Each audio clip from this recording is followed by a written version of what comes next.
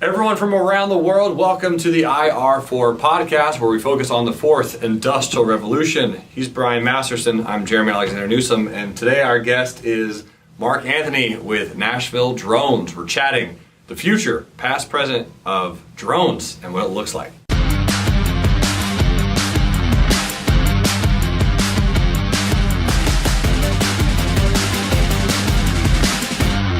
All right, so Mark, tell us a little bit about your background in regards to how you got started with your company, or how you built it. Where did it come from? What was the idea? Your background, if you're listening. It's kind of my second or third venture into entrepreneurship. Mm-hmm. I kind of saw the future of it, and being prior military, I can see, and it's out there. Military technology usually spills over into the commercial side of things. Yep, at some point, for sure. And I kind of predicted that. So when I got out of the military, got out of school, I started the business, and here we are 4 years later. Yeah. So it's been 4 years. Wow. I can't even remember when the drone. When we say drone, I mean right now I just limit that to. Zzz. I do. Yeah, my brain is small. But drones can be much more than that. So they are. But what led you to seeing that spillover? Because I can't remember the first time I saw a drone buzzing around somewhere, and now it's like every day. Every time I watch a video of something, there's all these views of drone. Yeah. They're using drones to film it all, and now it's just like an everyday. But what did you see that others didn't? Was it just? It was kind of an accident. After getting out of school, I had plans to become an industrial designer. Okay.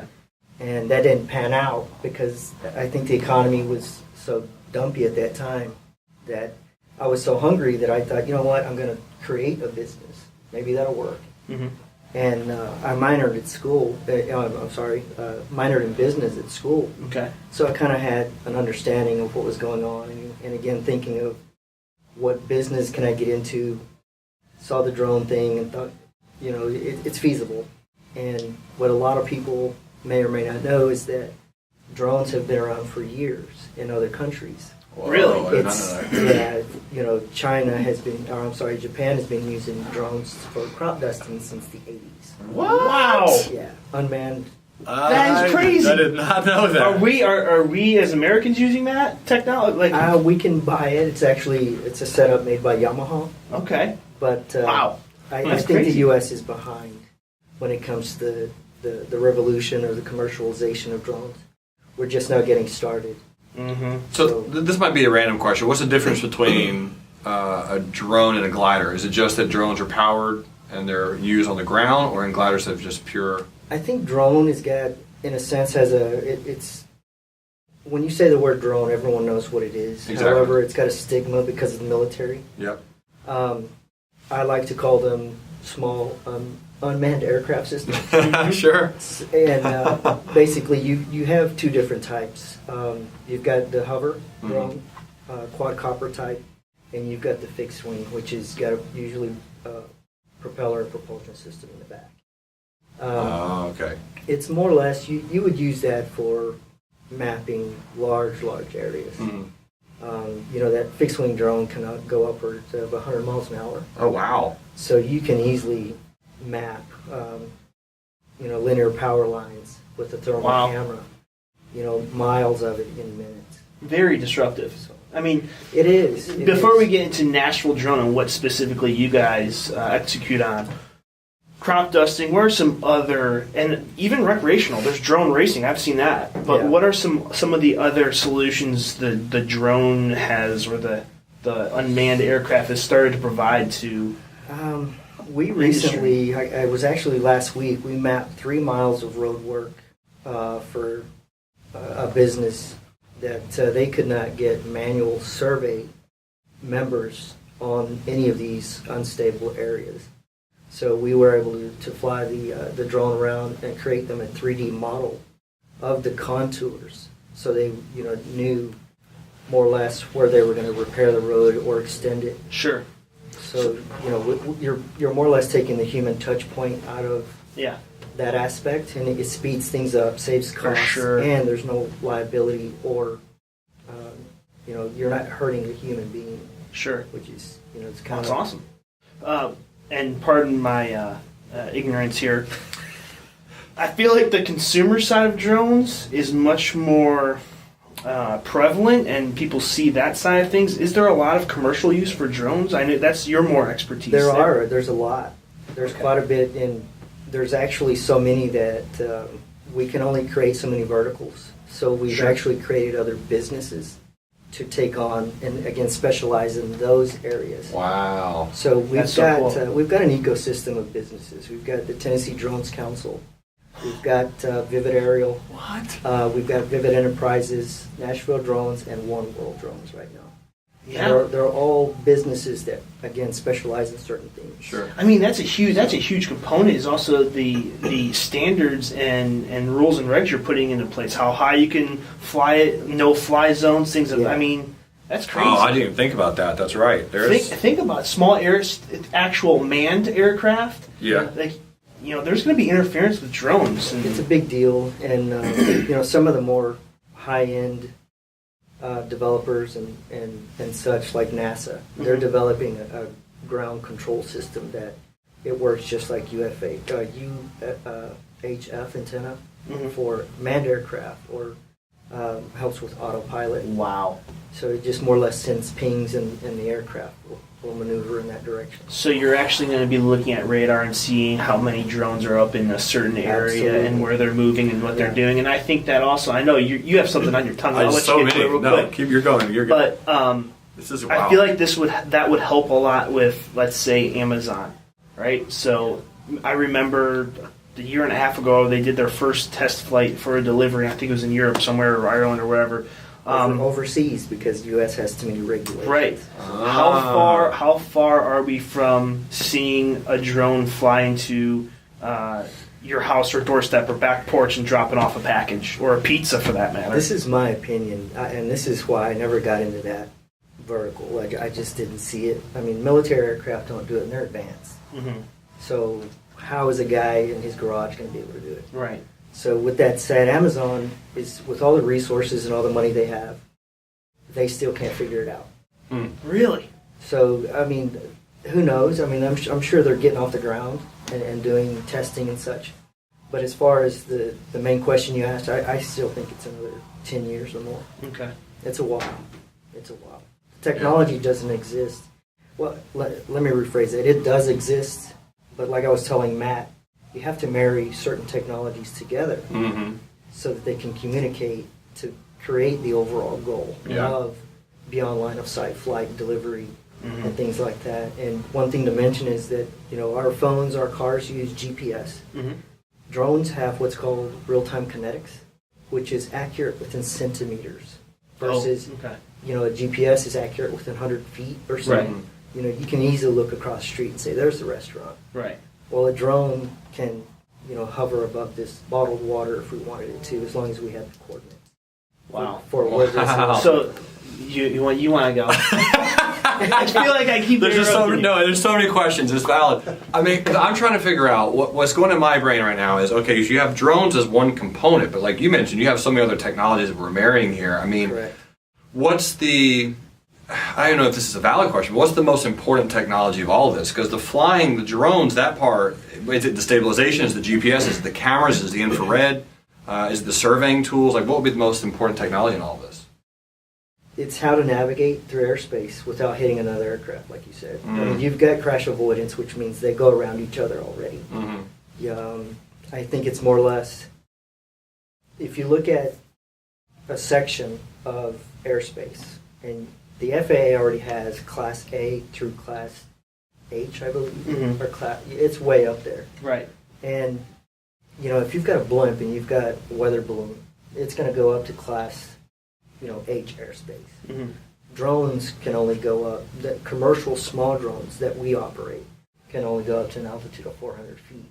That's per AGL, which is above ground level. Okay. If we go up in sea level, it's still 400 feet above that ground level as well. So it's crash avoidance and making sure. I mean, tracking of the drones is so.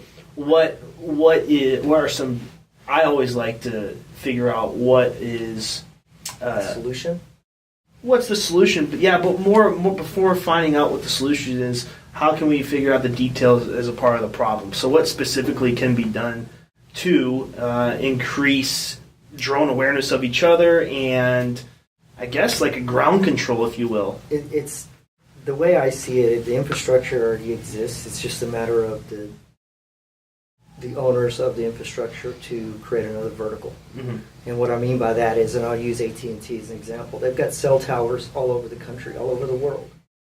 If the drone could communicate with an LTE or Wi-Fi signal, it would easily be able to navigate. Again, that would be fantastic. Wow. That's not in play right now? No. Oh, wow. I didn't know that. It doesn't exist. And I've got several ideas that, again, we're in the trenches. We know what is needed. And that's kind of why we created the Tennessee Drones Council, is because the politicians had questions on airspace, legal questions, regulations. So we kind of stepped in Smart. and created that for them. The government, baby. But it's more or less, oh goodness, I forgot where I was going with this. It's regulation. LTE, us being in the trenches, I'm sorry, we kind of are end users, and we give feedback to whoever's upstream, whoever the software engineers are, the hardware engineers that built the drone, politicians, all these people. We're still at the bottom of the birdcage, but we can definitely give information, which helps write regulation at the FAA, with the federal government, For sure. within the state and the city. That's great. So, interesting point. The interesting point I was going to bring up was a company I work with, a foundation I work with, is providing blockchain solutions to Latin American countries, okay? And in order for this technology to really get to these underdeveloped or semi-developed countries, they need high-speed internet connections and whatnot. So what better way of doing that by satellites? Cube satellites. There's a company that we are talking with as far as acquisition goes, where unmanned aircrafts or rockets, I don't even know, it's a drone, all right? And it goes up to level H or whatever it is in the early stages of the atmosphere and deploys the satellite, and you can create constellations of these satellites, and you're connecting the world or that certain area with this constellation of satellites. It's fantastic. they're small. I mean, they're probably as big as the chair you're sitting in. So Wow. And if you think about it, that's going to it's going to cost less to deploy those than it would a large satellite or like a SpaceX. That's more of like that's a high, almost governmental use. Correct. I mean, I know they're trying to commercialize it, but these small little companies, I mean, the solutions that they're about to start providing is going to make the world even more connected. Yeah, It's going to be insane. it's neat. It's exciting for sure. So that was just an interesting point. But I did have a question about the Wi-Fi. How hard is it to put that feature into a drone where I can click a button, okay, it's Wi-Fi, and now it's connecting? It's beyond the scope of my education, because I've thought about, if this could work, this and this and this would be, it'd come to fruition. Mm-hmm. However, I need to hire someone smarter than me in order and explain to them what my vision is, and have them build it. So That happens to me all the time. Like 99% of my life is just me explaining to smart people what I want. So before you guys got here, I was trying to connect to their Wi-Fi here. It was locked. I didn't know if someone had a passcode or whatnot, but I saw Xfinity Wi-Fi. There's Wi-Fi in certain areas of the city that they provide. I mean, you may not know this, and if you don't, then I apologize for asking. Maybe you know. But there's city or county Wi-Fi. It's almost like the Google balloon or what they put up. So they do it in Iceland. So Iceland, they have whole cities just hot wired for Wi-Fi. Right, so I feel like you would need that feature intact because if you're manning a drone, let's say in this industrial park, you would need access to all the different Wi-Fi so it stays connected versus just one large Wi-Fi for that specific county or city. Wi-Fi would apply more for beyond line of sight. So if you want to send something from this office to Kentucky, that's where you would need Wi-Fi. Right. If you're flying this property, you only would need GPS. And what exists now is you can look at your monitor, your mobile device, Right. and click. It pops up the most current Google map available. Mm-hmm. You can click around that parking lot, and the drone will not leave that parking lot. It's called geofencing. Okay. Yep. And DJI, they're out of China. What happens is when you look at your mobile device, you can get linked up and you can actually boost it. But because they're out of China, DJI is the most accurate because they're linked to Chinese and Russian-based satellites Mm-hmm. as well as US-based satellites. Okay. So most of the time, you've got on your one drone up to 16 satellites that are helping you stay Okay. locked in. So to expand on the geofencing, what is just a standard? How far can you fly as commercialized or just? Legally, it's again at 400 feet altitude What about, per AGL. What about distance? How, like, as long as you can see it with the human eye. It now is doesn't go that around buildings. Standard or is that that's law? that's law? That's law. Interesting. You I can, did not. you Okay. can you can put in for a what's called a COA or an exemption, Yeah. but you have to justify why it's going to leave your vision, your Sure. sight, your Interesting. line Well, of yeah. sight. Then you get into the privacy issues. You know. Sure. You can. I don't think a drone, and that's kind of the big public acceptance. When I started, getting into this business, I noticed that public acceptance was Low. very low. Yeah. Maybe 90% of my day was spent educating potential customers. Whoa. And the reality Whoa. is that unless the drone is, you can hear it. It sounds like a swarm of bees. Yeah. It's going to get your attention if you're in your backyard. Well, I was going to say, if I see a drone outside my backyard, I'm going to take my 12 gauge and shoot it. I don't know whose it is. What the hell are you looking at? That's a federal offense. To shoot a drone? Yes. Even if a camera's directed towards me. Whoa. That has also been put in place. Whoa. Well, that's some bullshit. That's a felony conviction. I mean, it makes sense though if you think about you're shooting someone else's property. And All right. So what classifies How do you my know- airspace? You're How do you know vandalizing an FAA vehicle, right? I mean, I have an FAA license. It isn't. But how do you it's know? still. It's like shooting a police dog. Whoa. If you shoot a drone, it's an aircraft, and our drones are registered That's with interesting. the All of them have to be, I guess. FAA. They are. Okay. What If happens? you're What gonna use happens it if commercially, your drone runs out of batteries and it lands in my property? That's the operator's fault, and because it's on your property, you have the Rights to right it. to not. You don't want to do anything that's going to get you in trouble, harm the drone, the equipment. Then there's liabilities. Wow. But you can, my guess is that you could call law enforcement to get them to be the mediator, but if it's on your property, it's, if I throw a football in your backyard, I have to come knock on your door Yeah. and see if I can get it. Man. Interesting. So be careful, you drone flyers. Make sure you know what the hell you're doing. You drone and flyers. don't come near my place. And Most let 'em- commercial guys, they're in it not to embarrass their business, or, they're setting up LLCs because in case something like that does happen. Yeah. They're not But they're lying. also vetting their pilots. Yeah, I mean, sure. You're a business. You're not a hobbyist. And if you carry yourself in that way, you should know the regs for the city, the state, Sure. For sure. the national airspace. You should know all of these things as a business owner or service provider. Okay. So if you're doing those things, it's just a matter of time until it catches up to you.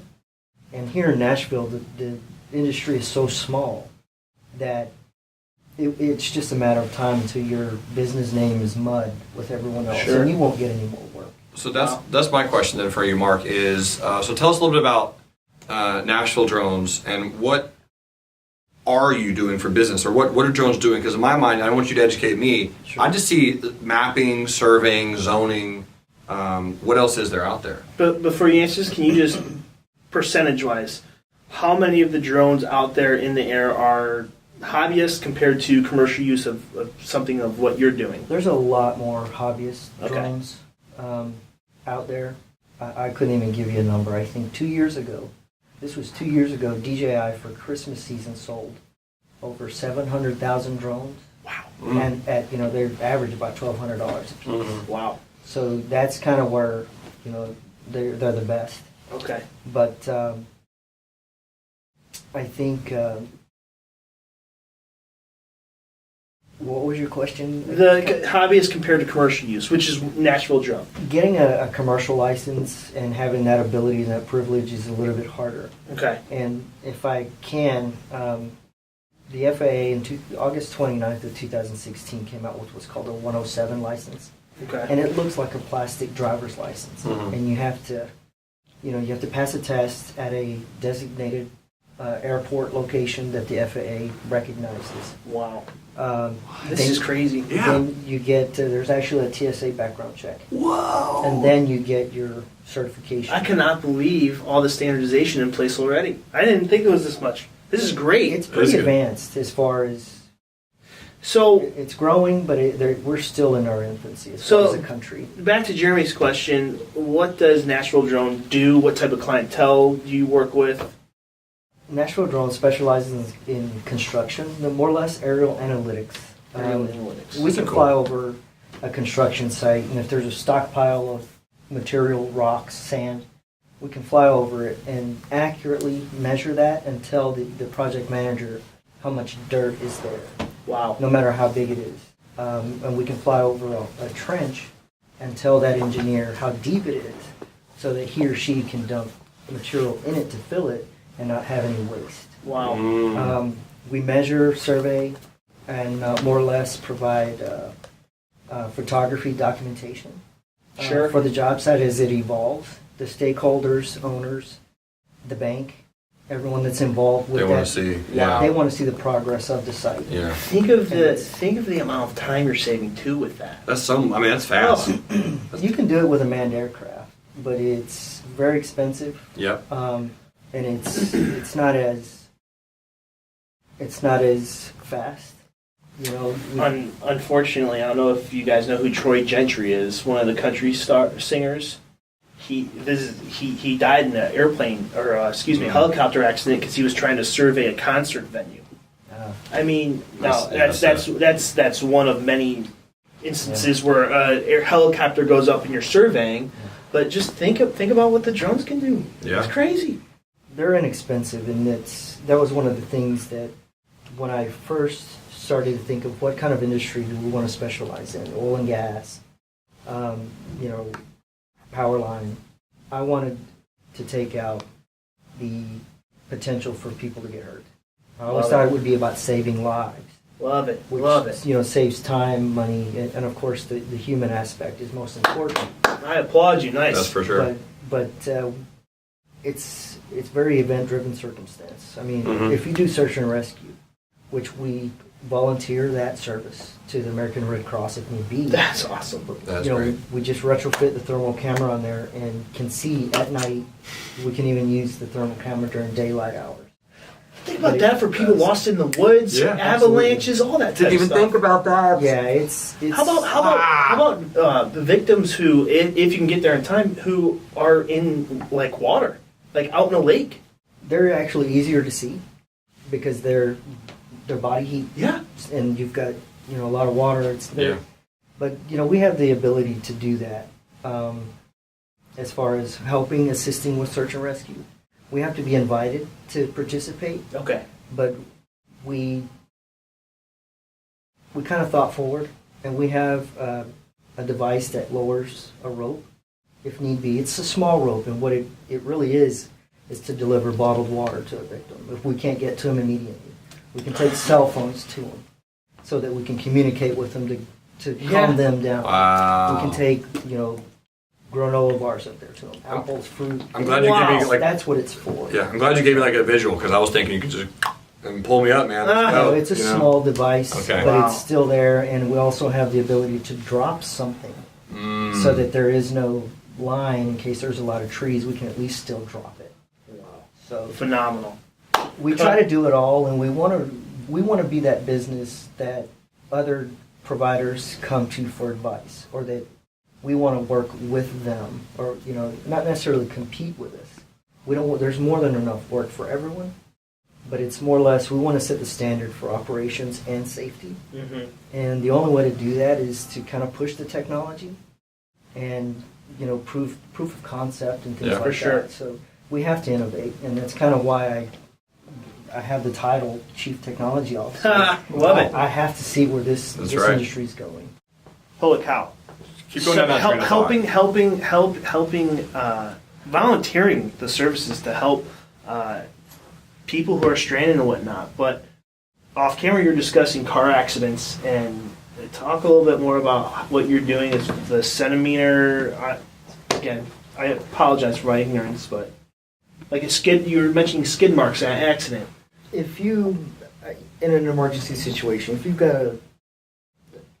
a live incident that the drone needs to give a live feed, we can do that. Again, not so that no one has to get too close. A large fire or what have you with chemicals or whatever, we can use the drone to do that. Mm-hmm. But when it comes to accident reenactment or documentation, after the cars have been moved out, after the accident, we can see the ground. Mm-hmm. And we can measure those skid marks accurately within inches, centimeters, depending on the kind of signal we have.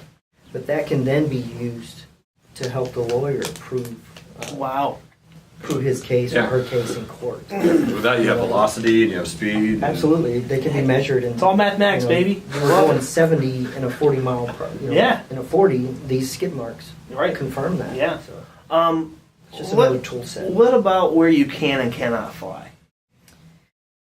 It's kind of you have to do your research before you go out and just start flying. You have to know your airspace, and with that, you can go to the FAA.gov website and do a little reading and get the levels of altitude that you're supposed to be operating in. Then there's apps out there. They're free apps. Really? AirMap, for instance, will tell you with the little bubble whether or not you're in. What they're doing is mapping the airspace as to where you can and cannot fly. Correct. And That's awesome. B&A Airport has a huge circle around it. Sure. If your little circle kisses that circle or overlaps with it, it won't let your drone break ground. You have to have a certain permission. Now, you can request that Interesting. permission. What if you're up in the air and you start flying into that? The geofencing will kick it back, Okay. and it'll tell you you're going into unrestricted airspace, or you're going into Class E airspace. Wow. That's cool. In the Air Force, we called it. It was a female voice. We called it Bitching Betty. Bitching Betty. Bitching Betty, because she could tell you altitude. Yeah. Altitude. You're going to hit Mark, something. what are you doing? Mark, you're too high. Mark, you're too high. Go lower. So we You can't go there, Mark. the software does that as well. It's actually a female voice, and it'll tell you you need to go around something or what have you. Wow. So it's pretty advanced. It's pretty cool. So America owns the most airspace in the world, right? I'm assuming can you own other airspaces of other countries, or is it like a country, like where does the airspace of Canada and... It's just like international waters. Really? And one of the questions that was asked here by a local politician is, can we buy the airspace above Nashville? Mm-hmm. You can't. No one owns it. So it's like international waters. After a certain altitude or height, it's anyone's game. So, think about the governance though for that airspace, right? There's people who have to think about a drone police car, if you will, or the authorities of the airspace, right? Someone is not going in the. I'm just trying to think from a it starts actual with software. Software. Yeah, it's when you create a drone or you want to start a drone company, you have to start asking those questions. What does the FAA require? Mm-hmm. What is our drone going to do? Specialize in, kind of, and you have to go down again. Software. You have to say at 400 feet the drone comes back. Right. At beyond line of sight, which is probably 1,800 feet, it has to come back. It's up to the software guys and gals to write it in a way to where the drone will not do what you ask it to do because of those people that are too daring or they're hobbyists and not educated or just up to no good. There has to be parameters, yeah. Yeah, and it's kind of like a net nanny, I guess. Mm-hmm. You want your kids going to certain sites. Right. It's a software issue. What are some other places you can't fly in? So you mentioned airport, It's over hospitals, it's pretty common sense.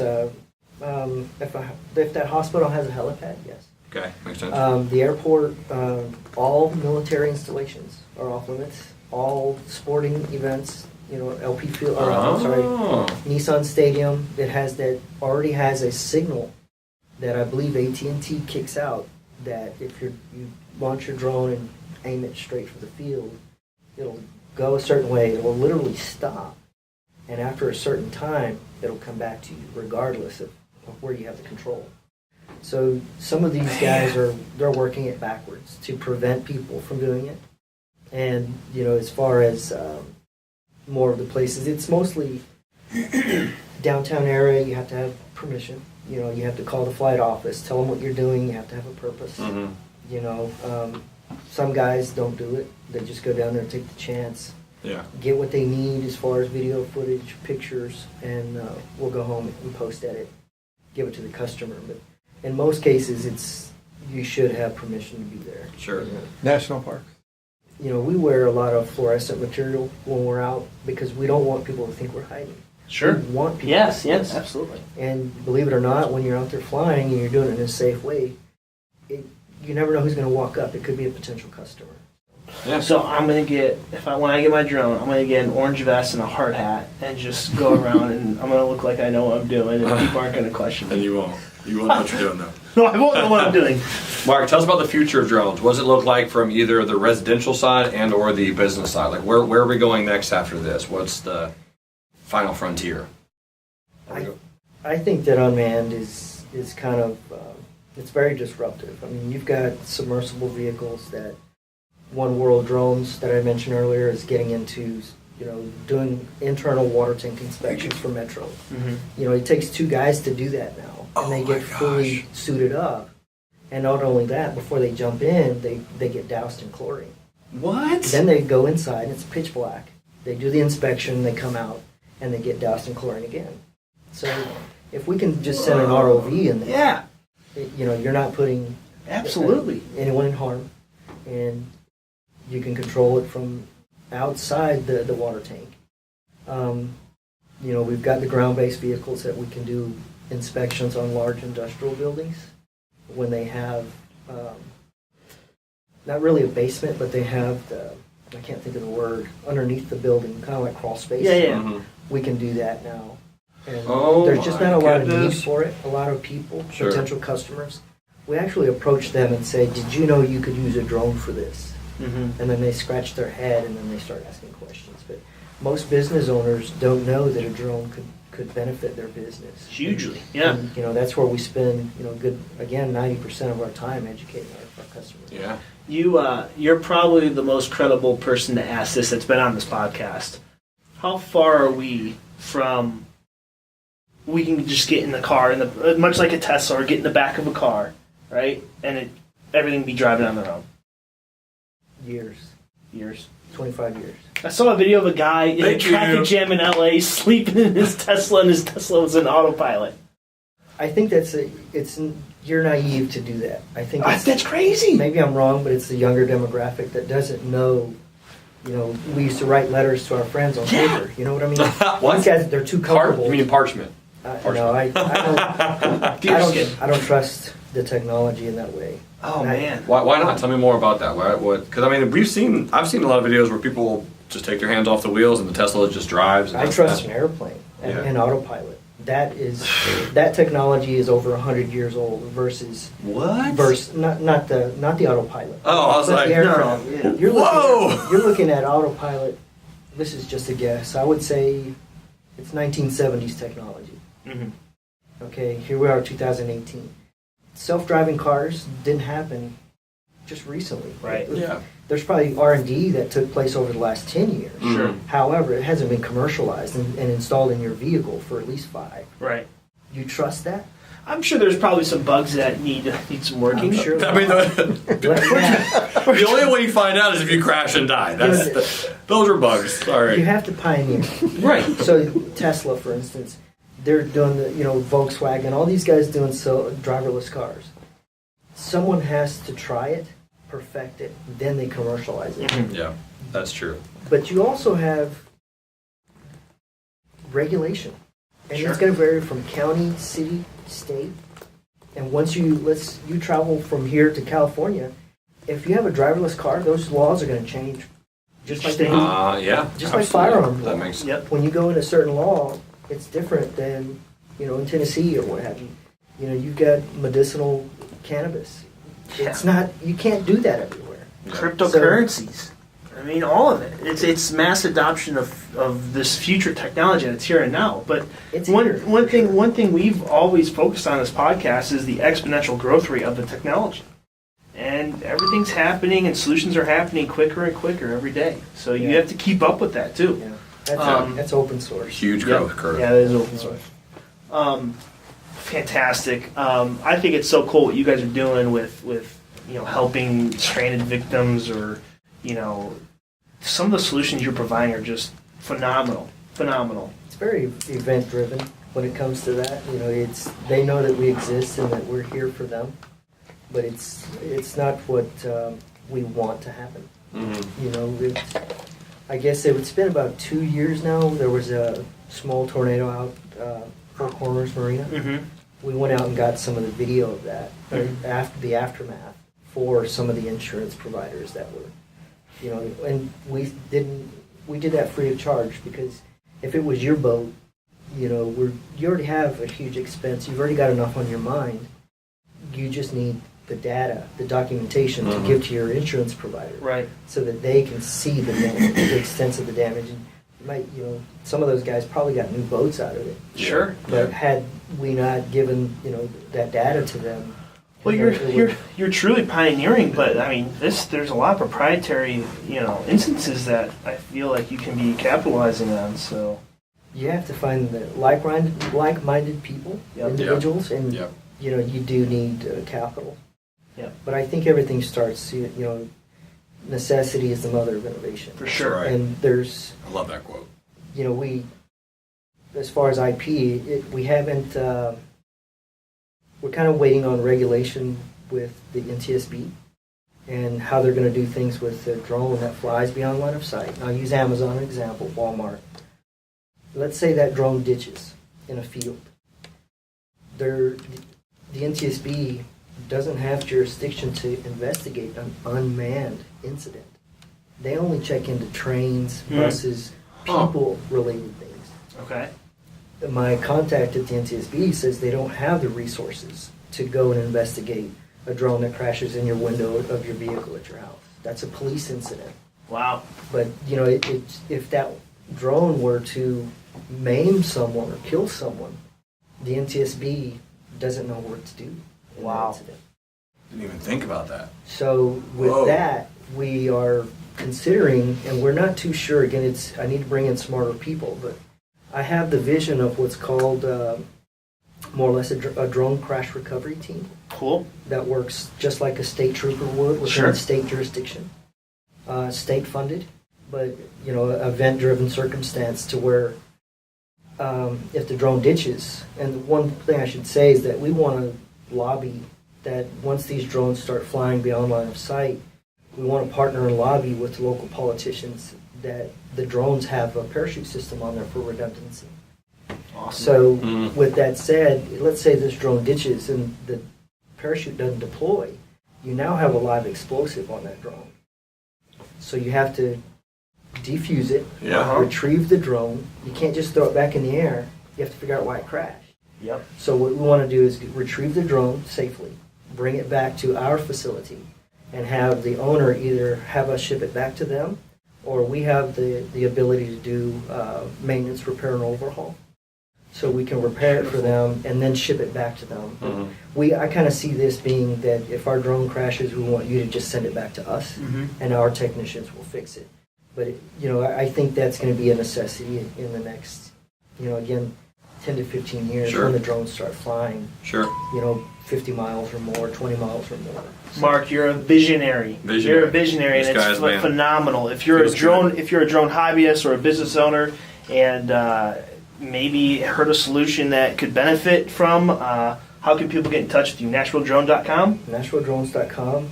The phone number is 615-596-4422. Cool. And the email is info@NashvilleDrones.com. Cool. We'll link that in the description. Absolutely. Do you only do Nashville, Tennessee, or can you do? We can fly in all lower 48 states, Okay. minus Alaska and Hawaii. And we're certified in Wow. Tennessee, Alabama, Georgia, as well as Kentucky. Fantastic. Wow. Thank you. Great. What a great podcast. Thanks, man. Absolutely. Appreciate it. Appreciate you Always coming learn in. a lot. Thank you for the opportunity. Heck yeah. Folks from around the world, thanks so much for tuning in. You are all fantastic. Enjoy the rest of your day, night, week, whenever you're watching this. You rock. And until next time, love, live, learn. We'll see you later. Bye.